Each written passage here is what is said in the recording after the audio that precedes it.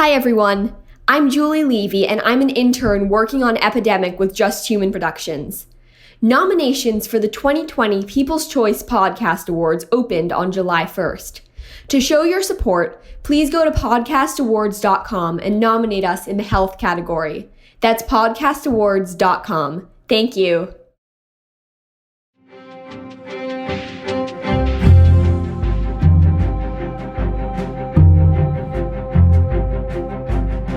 I'm Dr. Celine Gounder, and this is Epidemic. Today is Tuesday, July 7th.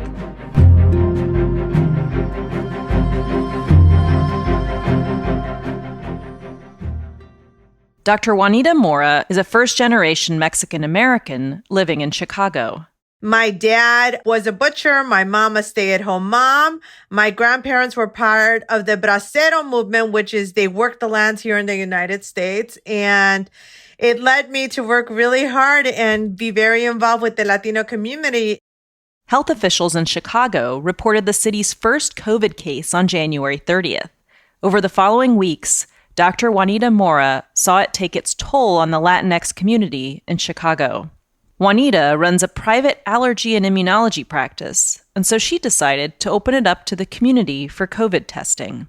I wound up getting a lot of patients who, for example, had outbreaks at tortilla factories, at grocery shops, at meat packing companies as well, too, where 7 or 8 of their coworkers were sick. Her services were in high demand, but she saw a lot of anxiety in her patients, especially those who were undocumented. And what wound up happening is some were threatened and said, we're not planning to do social distancing. We're not planning to institute any actual safety measures. Here's a job if you want it. And if you don't, then feel free to leave this job. Walking away from a job wasn't an option for most of her patients, but there wasn't much they could do to demand safer working conditions of their employers. These workers don't have actual legal status, so they know that they have nowhere to complain to. And they fear deportation. They fear losing a paycheck as well, too. And then Juanita noticed something new. Employers started to require some of the workers Juanita was caring for to prove they didn't have COVID before they could come back to work. They had already done the nasal swab and had either come back positive or negative. And now they were actually wanting to go back to work, and they wanted guidelines as far as how to safely get back to work. This is something we've seen around the world since the beginning of the pandemic. Some people keep coming up positive for COVID on the PCR tests long after they've recovered. But to get back to work, they've got to show evidence of recovery. That's one of the things that I started encountering is people who wanted me to write, employers who wanted me to write and say, well, they already had it and they can't get it again. And that's where antibody testing comes in. It's important to understand that these tests don't prove someone is immune to reinfection, but antibody tests are evidence that someone has recovered and no longer poses an infectious risk to others. But it's not a stretch to imagine how such antibody tests could be used by employers in other ways. Could a special type of COVID passport pave the way for some people to return to work or travel? Some officials have floated the idea of immunity passports. An immunity passport might be the answer here. It's an idea other countries like the UK and Chile are looking at. In theory, someone with COVID antibodies could get an immunity passport they'd present for travel, work, or to attend large gatherings, for example. This week on Epidemic, we're discussing all that could go wrong if officials were to move forward with an immunity passport system. And to understand the potential consequences, we're going back to the antebellum South, to 19th century New Orleans. In the evening by the moonlight, you'll hear those banjos ringing. As the capital of the slave trade, New Orleans was thriving. But it was also the nation's deadliest city. This is Kathryn Olivarius. Kathryn's an assistant professor of history at Stanford University. Back in April, she wrote an op-ed in the New York Times titled The Dangerous History of Immunoprivilege. Between 1803, so the Louisiana Purchase, and the Civil War in 1861, New Orleans experienced 22 full-blown summertime epidemics of yellow fever. Yellow fever is vicious. It's a virus spread by mosquitoes. Severe cases cause liver failure and jaundice, literally turning the whites of your eyes yellow. Fever, chills, and nausea are other symptoms, but one really sets it apart. Black vomit. At the end of a person's illness with yellow fever, the sort of most famous symptom was that they would regurgitate this coagulated blood that looked quite a lot like coffee grounds. The virus arrived in the United States in 1793, when a group of refugees fled an outbreak in the Caribbean and landed in Philadelphia. An estimated 10% of Philadelphia's population died in that first outbreak. Soon, the disease spread to other coastal cities, but no city would suffer as much as New Orleans. In 1804, for example, the first year that America had taken control over New Orleans and Louisiana, a very, very terrible epidemic swept through town, killing thousands of people. New Orleans was an attractive destination for people looking to strike out on their own. Immigrants arrived in droves, and this big influx of new people dramatically increased the spread of the disease. These people had no immunity or previous exposure to yellow fever in the past, and we see these death tolls reaching new, higher and higher proportions. In 1853, for example, the year of New Orleans' worst epidemic, 12,000 people died over the course of 3 months. This is one of the worst natural disasters in American history. This was a really deadly century in U.S. history. Cities across the young nation were battling myriad epidemics of infectious diseases. There were lots of ways cities tried to curb the spread of disease back then. When we think about quarantines, I think people often think about there's a barrier almost, stopping all ships coming in. They actually are quite complex. Often there's a sort of quarantine ground. There can be ships out in the harbor or, in port or on the river where infected people can be held for a period of time. For example, in New York Harbor, they will have, a smallpox quarantine. They'll have a typhus quarantine. These are different ships. Other cities shut down their ports and businesses, kind of like we're doing with coronavirus today. But New Orleans was reluctant to take these steps. These are expensive, and why spend money on delaying the inevitable? And so politicians there took a different, more fatalistic approach. The attitude became essentially that we can't stop yellow fever, but we have to figure out a way to make society work in spite of mass death. Kathryn calls this idea immunocapital. It's sort of a superpower. Immunocapital is the sort of ability to convince others that you are immune and leverage your immunity for greater social, economic, and political power. Back then, developing immunity was known as being acclimated, and it was difficult to prove because at the time, no one knew if surviving yellow fever actually made them immune. The long and short of it, in some sense, is that you didn't actually totally know. You had a pretty good sense. You thought probably that you were, but there's always a sliver of a doubt in your mind. And sometimes people didn't even know if they'd had yellow fever. It could have been malaria, cholera, typhus, typhoid, or tuberculosis. They all have overlapping symptoms, and they were all common in the 19th century. Part of the sort of social code of New Orleans and a part of, being able to leverage immunocapital was in your ability to convince others that you were immune. Maybe you'd become immune in the first outbreak back in the early 1800s. Maybe you'd become immune last week. Either way, convincing those around you took on a life of its own. People will be boasting loudly about they were acclimated back in 1833 or back in 1817. And they sort of incorporate these kind of stories as like war stories almost. And they will describe their symptoms in great detail. For young white men, it was their only hope of employment. Let's pretend you're writing up a resume for a job at this time in New Orleans. Survived yellow fever would be right at the top.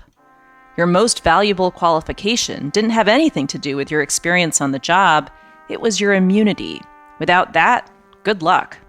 Fundamentally about sort of placing value on people who are acclimated or immune, because from bosses' perspectives, in this incredibly lethal and sort of mercenary city, it wasted time and energy to train somebody for a job, in May, only to watch them sicken and die by the autumn. It was a cruel calculus. The boss would ask you, so describe your symptoms. Go through and convince me that you know what you're talking about. How many years have you been in New Orleans uninterrupted? How many summers have you passed? Are your parents from here? Can you produce a doctor's certificate?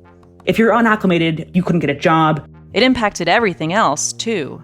Housing. You couldn't live in certain places. Marriage. Fathers would not let their daughters talk to unacclimated men, lest she fall in love with him and, he die and she'd be left heartbroken. Everything. You're left in this sort of liminal, insecure state financially, and, it deeply impedes your ability to be sort of socially accepted in this place. If you are acclimated, however, if you're rich, if you're white, this is a mark of permanence. For young white women, being acclimated raised their marriage prospects. For free people of color, and there were many in New Orleans at the time, being acclimated offered a greater shot at prosperity. For enslaved people, however, acclimation had little benefit. Immunocapital instead created another way for white people to justify slavery. Doctors, pro-slavery thinkers, politicians, laypeople, they all sort of forwarded this idea that was prevalent around the Atlantic world, but especially in the American South, that all Black people were naturally immune to yellow fever. It's not true. There is zero epidemiological basis for this. Just an economic one. So with this idea that all Black people were naturally immune, you can justify racial slavery on an unprecedented scale.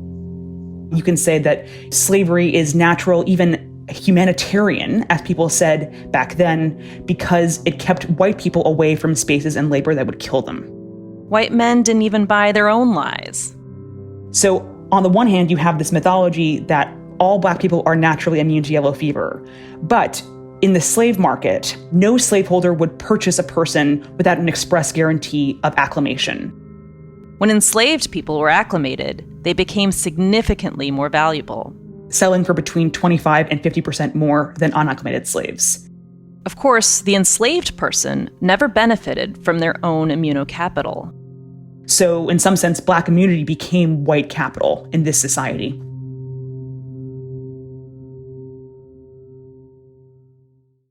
This focus on yellow fever immunity created a system where the mission was clear. It was considered your sort of duty first to get acclimated. For poor people, you end up being sort of forced into making choices, these terrible choices that maybe people should never have had to make in the first place, where you have to actively sort of seek sickness as this pathway to prosperity. If public officials today were to move forward with any plans for immunity passports, the same dilemma could soon become our new reality. The only way to show that proof of immunity is to get COVID-19 and to hope that you won't get COVID-19 so badly that you're either hospitalized or even worse. This is Esha Bhandari, senior staff attorney at the ACLU's Speech, Privacy, and Technology project. I asked Esha to put the history of yellow fever in New Orleans into the context of our current COVID pandemic. So an immunity passport or an immunity certificate system would be one where people have some sort of verified way of showing that they have immunity to COVID-19, and then presumably they would use this certificate or passport to work in certain areas for certain employers that are requiring this. Back in the 19th century, there was no real way to verify someone's immunity to yellow fever. But with today's science and technology, Esha's concerned about how far-reaching a system like this could become. You can imagine a variety of either government or private sector-driven app-based immunity passport or certificate systems. To my knowledge, we haven't seen anything like this before. It would also create a new class system. An immunity passport system would create a two-tier system because it would divide all of us into those who are immune to COVID-19 and those who are not. And the people who are immune will get all of the benefits and privileges that come with that, while everybody else who's not immune will be in a second-class status. These pressures are already weighing on workers, like those Juanita told us about at the top of the show. I think that any system that incentivizes people to get a highly contagious and very dangerous disease, that's bad for public health. A system like this would disproportionately affect people of color. The pandemic has pushed unemployment rates for African Americans and Latinx workers to some of the highest on record. We know that people are suffering economically. We know that there's a lot of hardship out there. And if people are told that they will get better access to jobs or perhaps higher wages if they have immunity, we can see the inevitable consequences of that. Some people will really try to get COVID-19 as the only way out of, a dire economic circumstance. And I think the last thing that public health officials want to do right now, given the state of the worldwide pandemic, but especially in the United States, is incentivize more people to get COVID-19. Any system that incentivizes people to get infected with COVID puts lives at risk. But again, people of color in the United States would face an even more perilous decision. These communities have higher than average rates of underlying conditions, like hypertension and diabetes, which are risk factors for severe COVID disease. A lot of these are disabilities, and so people with these pre-existing conditions won't really be able to take the risk of getting COVID-19. It would be playing Russian roulette with your life. So you'll be putting people with disabilities in this very tough spot where they're unable to acquire immunity, even if they have the same incentives because they're economically vulnerable, they need to be able to go out and work. But for them, the risks of contracting COVID-19 are even greater. But wait, don't we already have a version of this? Lots of jobs require proof of vaccination or immunity. For example, restaurant workers have to get a hepatitis A vaccine before they can work. There's a whole slew of vaccinations I need to get as a doctor. Why would COVID be so different? An immunity passport system is fundamentally different from a system requiring proof of vaccination. Because in the latter system, people are not being asked to get ill with a disease in order to access critical life opportunities like employment, like access to healthcare, like the ability to travel. So in this circumstance, the only way to have immunity is to get COVID-19. The concerns go well beyond the workplace. If you build a health surveillance infrastructure like this, its use will expand. And we've seen this with so many technologies in the past and with so many new databases that are created for one purpose, and then there's mission creep. If you read George Orwell's classic novel, 1984, you'll get a preview of what Esha's describing. Depending on how an immunity passport system is created, it's quite possible it could be centralized and hosted either by a handful of private companies or government agencies. And it's very concerning to us because if that information about people's health status is stored, particularly if it's stored with additional information like their employer or their travel history or their housing information, that this information could be abused. And these systems may even end up counterproductive as public health measures. Some groups may avoid seeking health care, fearful of how that information could be used against them. For example, immigrant communities might be very reluctant to give their information over to such a database because of the fears that it could be used against them. People might worry about consequences for them with their health insurance. Without airtight privacy protections, the system would be really vulnerable to abuse. History's repeating itself. In 19th century New Orleans, public officials took the same approach as many are again today, putting business and commercial prosperity over public health. Here's Kathryn Olivarius again. They had made the economy work without having to promote the public's health. So, it's not their job to, sort of provide the kind of public health infrastructure that would protect a person from the disease. In fact, it was their job to hasten that as much as possible. Our public health essentially is private acclamation. And there's a lesson in this. Here's Esha again. I think that history should be our guide here. And I think that the studies of what happened during the past yellow fever outbreaks are very instructive. We should be very concerned if, rather than investing either private or public funds to ensure a universal public health response that involves testing that's accessible to all, that involves universal precautions that workplaces are required to take, that protects all workers, if instead we move towards a system of immunity passports that will lead to the exploitation of workers, that will lead to vulnerable workers being most likely to need to contract COVID-19 just to be able to live and work. It is a system that will harm the most vulnerable among us. It will have disproportionate impacts on people with disabilities and workers of color. And it won't necessarily do anything to keep all of us safe. So I think that we really should be suspicious of any quick fix or easy solution like this, instead of doing perhaps the harder work of ensuring universal worker protections that would apply to everybody.